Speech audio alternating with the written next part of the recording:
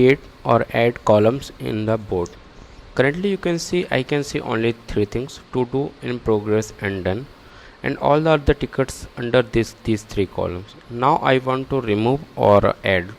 What you have to do, just click on board, go to configure. Here you can see column. Here I want to create some other. Okay, let me add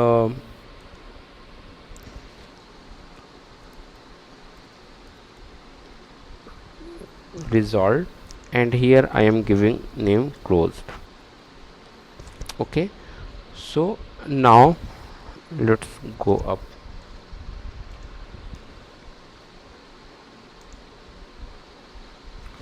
Okay, here now you can see three: to do, in progress, and closed only. Why I am showing you?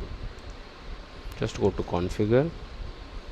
See, you have added, but there is no mapping is there.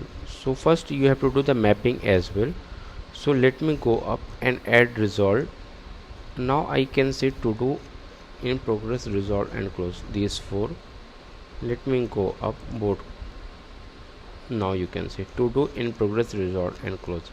So you have like this, you can add columns, and you need to add the mapping as well. If you are not doing the mapping, so some of the tickets which are available in the resolved or any other status, but they will not be able to view. Let me show you.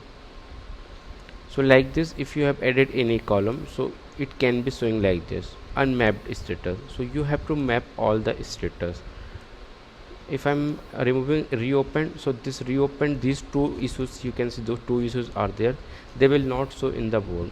So how you can add it? You just need to map the status. So like this you can add a column or remove the column in Jira board. Thank you for watching.